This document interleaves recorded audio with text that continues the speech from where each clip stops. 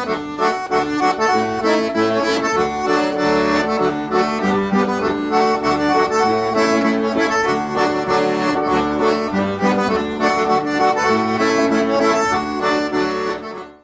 everyone, it's Clawhammer Mike here, and welcome to my new show, the Upper Midwest Old Time Show. This is episode number 1. In today's episode, we're going to go up to Eau Claire, Wisconsin, where we're going to check out a great exhibit called Listen Up, Folk Music in the Valley, which was at the Chippewa Valley Museum, which basically documents all the history of traditional music in that area, the Eau Claire and surrounding valley area there.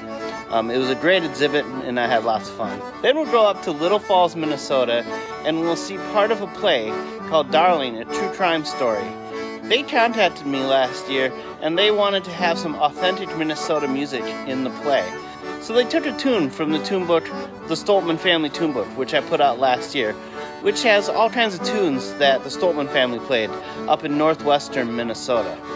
And then finally, we'll go up near Richmond, Minnesota, where my band, the Upper Midwest Folk Fiddlers, was asked to play a family dance at the Minnesota Bluegrass and Old Time Music Association's August Festival last year. You know, when you're in Wisconsin, you have to be chilling with your friend, Babe, Blue Ox, of course. I mean, what else are you gonna do? You know you found the spot. I'm in Eau Claire, Wisconsin. You know you found the spot that you're trying to go when you're an Upper Midwest old-time musician. When you find Babe. Babe's like the beacon. Girl Babe. Give Babe a hug for you guys. Yeah, good Babe. That was just for you guys out there. I'm also chilling with Paul Bunyan today. But man, like, what's up? No plaid shirt? Just a red shirt, no plaid? Gotta have the plaid. You're in Wisconsin. How heavy metal is it to have a Paul Bunyan statue that's actually carved out of a tree? Man, look at his beard. It's like epic. And his axe, it's like gigantic. And this is what I'm talking about. Those other Paul Bunyan statues, like, they're cool and all, but this is just so heavy metal. This is the way it should be. Old-timey as heck. Anyways, we're here at the Chippewa Valley Museum to learn about their new exhibit, which is Listen Up, Folk Music in the Valley, which features a bunch of old-time music from in this valley here, in this Eau Claire Valley region here, Chippewa Valley region in central Wisconsin here. We're specifically here to see Randie Severson's fiddle, which we hope to get a good look at inside. I know they have it. Randie Severson, for those who don't know, was a woman fiddler from this area back in the day. Leonard Finseth, one of our favorite waltzes for the Upper Midwest Folk Fiddlers, is called Randie Severson's Waltz. And so her fiddle that she used to have is right here in this exhibit right now. So we're going to go inside, have a look around. You can even listen to a Norwegian schottische in this exhibit from 1957. Up in Rice Lake, a live recording. And of course, what good exhibit about Wisconsin traditional music wouldn't have the great record Across the Fields in it? Traditional Norwegian American tunes from Wisconsin, a great album. Here's Randie Severson's fiddle, and a great picture of Randie too down there, which is really great. And her bow. And it's still in playing order. You could probably play in it today if you wanted to. And then I have a nice little dedication to her up here. It says, Randie Easterson Severson, 1877 to 1959, was born in a log house near Eliva to Norwegian immigrant parents. She began fiddling at a young age and often played with her brothers at local barn dances and house parties. Severson was one of the only, if not the only, female fiddlers around. Randie married in 1903 and moved to Eau Claire. Her repertoire included Norwegian folk tunes, square dance songs, and the Randie Severson Waltz, still popular for regional fiddlers. And, you know, we can pat ourselves on the back for that because we keep that tune going here in the Upper Midwest. Both the Upper Midwest Folk Fiddlers and the Minnesota State Fiddle Association both love that tune. So cool to see Randie Severson's fiddle right here amongst the other stuff of all the other music in the valleys, which includes polka music and Native American music and Spanish music. It's really a cool exhibit. I love this old photo that they blew up of this Wisconsin lumberjack crew. Looks like they're playing some mighty fine music right there. Here we have on the wall a great picture, that lovely picture I love so much, blown up, of Leonard in his young days playing with his uncle Ed Quall. And then of course Leonard's album, Folk Fiddler from Wisconsin, which came out on Leroy's Banjar Records back in the day. And it's cool that Mills Library and the James Leary folks helped out this exhibit, put some of these things together. So we're real cool. They also have a great blow up of Otto Rindlisbacher's band from Rice Lake there, along with some sheet music of Otto, and Otto playing the old Cigar Box fiddle, which is super cool. And these guys were called, Otto's band was called the Wisconsin Lumberjacks, which often had a variety of homemade and found instruments, including the Viking cello. I believe that's his wife playing the Viking cello. They even have that super cool money instrument that sounds like bagpipes. That's so great to hear. Here's a guy playing it. Here's Polish barn dance band in Rice Lake in the 1930s.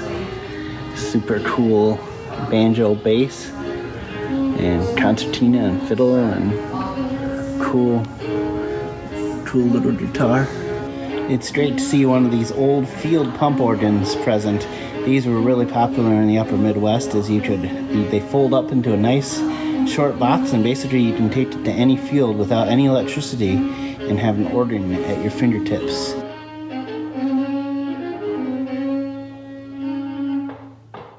Next up, we go to Little Falls, Minnesota to visit the production of Darling, a true crime story. All right, well, here we are in lovely Little Falls, Minnesota, and we're going to go check out this play. A little while ago, these good folks here in Little Falls told me that they're going to put one of the tunes that I collected that's in that Stoltman tune book. They're doing a regional play here, and they want to have some Minnesota music, so they're putting this great Stoltman tune in this play, and this is the last day to check it out. So I'm in Little Falls, gonna check out some theater and check out the song. Hopefully we did a little interview with them a little later in the program too, so should be fun. I'm so glad that they included this tune.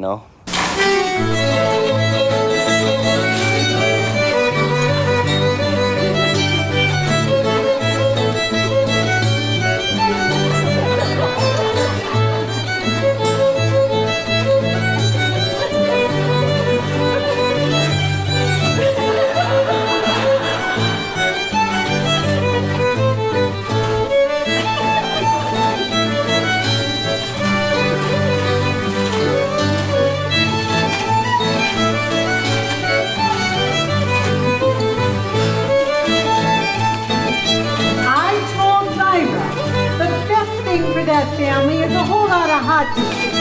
Because Lord knows having a sick woman can bring down an entire family. Why, I bet that little girl wouldn't even know how to boil water.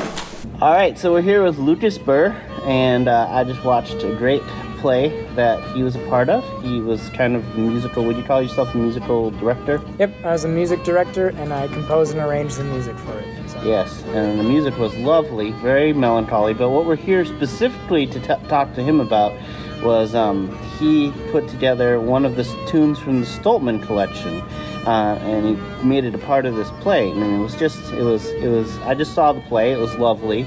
It was a great placement, kind of like comic relief in the middle of the play. So why don't you talk to a little bit about how you came upon the tune and just kind of what you think of it and what you think of the project and stuff like that. So when I first came upon all of the music and everything that you've collected, it was my dad who sent me a link to, I think it was like a 30-minute documentary about it, and I think you were just mentioning it, or it was, I don't remember, it was like months ago at this point. But so that's when I heard about first the the Minnesota Fiddle Tune Project, right? And I just thought that would be really great for what this show is looking for, because it's, it's hometown Little Falls, it's Midwest, turn of the century, and I thought this type of music has to be featured in this show, because it's a slice of life, from that period of time. And if we went without it, then I think we'd be doing an injustice to the music that was around in that period. The cool thing about this play is it really did center around a murder that actually happened here in the area. Yep. So it's cool that you brought some local music in. Yeah. And of course, way cool that it's Minnesota Fiddle Tune. Yeah, and I was happy to use it, and we got the music and all the MIDI files. We bought that and looked through it, and we found one, the two-step, and we said, you know what? I think that's probably gonna fit the show the best, and we fit it in, and I was really happy to use it. And we didn't quite know exactly where to put it, because it's, of course, like a murder show, and it's, a fun barn dance. It's a little not quite the tone, except our director actually suggested, well, what if we put it in as like diegetic music played by one of the characters from like a gramophone, and we thought that is perfect, because that's just like, it's a fun way to fit this music in that somebody would have had.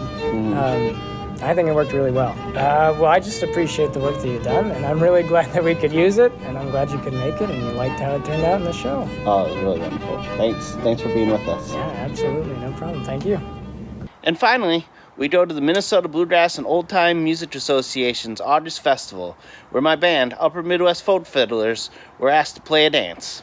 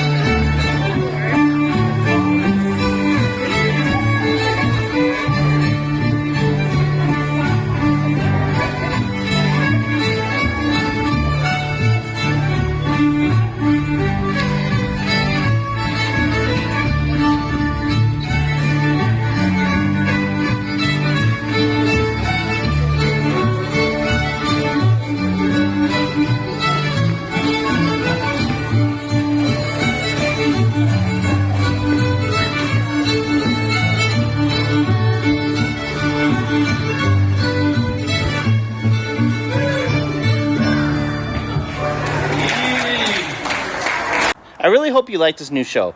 In future episodes, I got some great interviews lined up with some Upper Midwest traditional musicians that I think you'll really find interesting. Thanks for watching.